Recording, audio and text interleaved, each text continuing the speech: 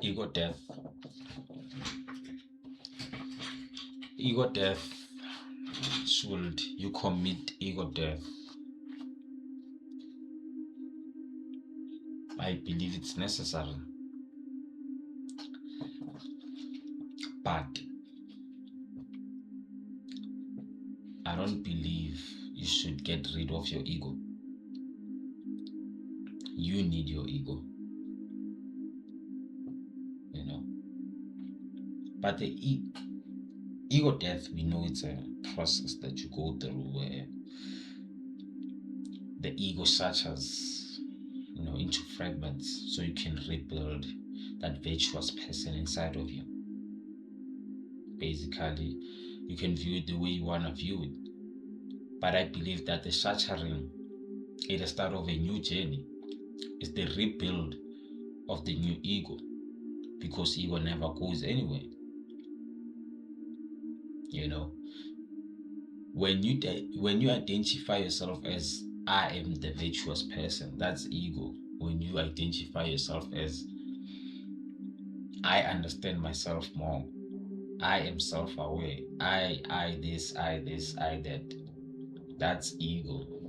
It's just that now it transcends into different forms of what you represent yourself as, you know. But ego doesn't merely go away, but it's a necessary process to go through as a human being when you feel like you are causing chaos when there's enough chaos already in the world. You have to go through the process, you know.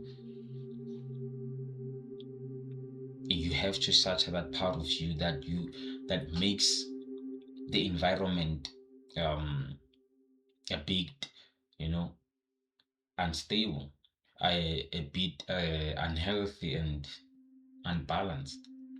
You have to shatter that part of you, but you don't get rid of it, because if you get rid of it, it means you're getting rid the other part of you. And if you get rid the other part of you, then you are not completely you anymore. So is ego death necessary? I believe so.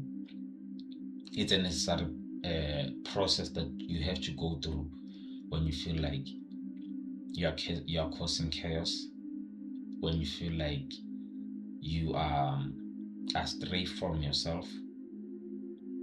It is necessary to destroy that part of you, but don't get rid of it, because getting rid of it only makes the matter worse, because now you are becoming distant from the very person that you are.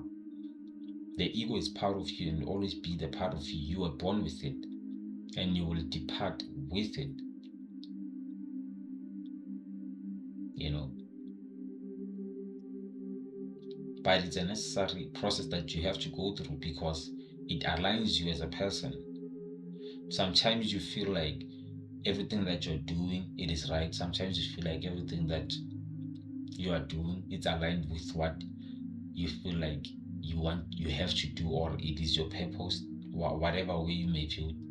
But sometimes some of those things, they are just they just cover themselves as ego, and you have to break your heart for it.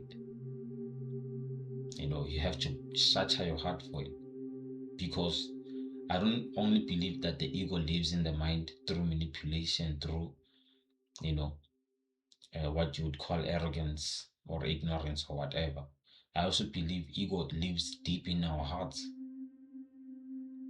and that is why when you go through a heartbreak, not only talking in terms of a relationship, I mean a heartbreak, like it could be anything, something that you got disappointed about to a point where it does something to your heart.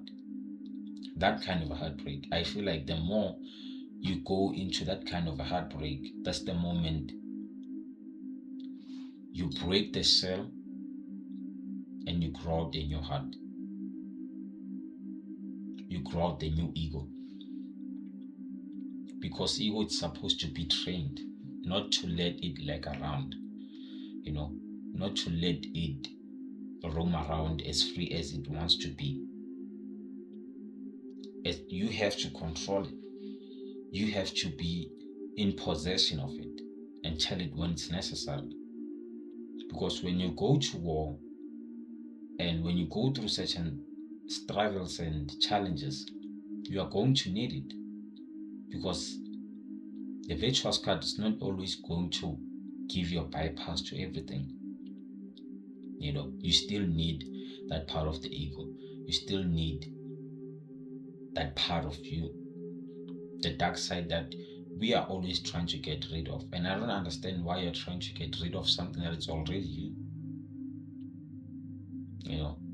Because I feel like the word ego death, it is misinterpreted in a huge way, at a larger scale. Because everyone thinks it's about getting rid of the ego. Everyone thinks it's about ego is the wrong thing, or ego is the bad thing. Ego has never been bad. It's always been part of you. It will always be the part of you, no matter what you do. You need it. As much as you can avoid it, you need it. It creates you. It reminds you who you are as a person. And getting rid of it, it ain't help to anything, because you are losing yourself.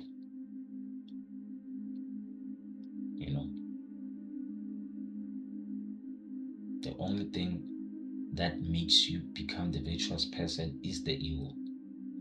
The only thing that makes you realize that you are doing a bad thing is the ego.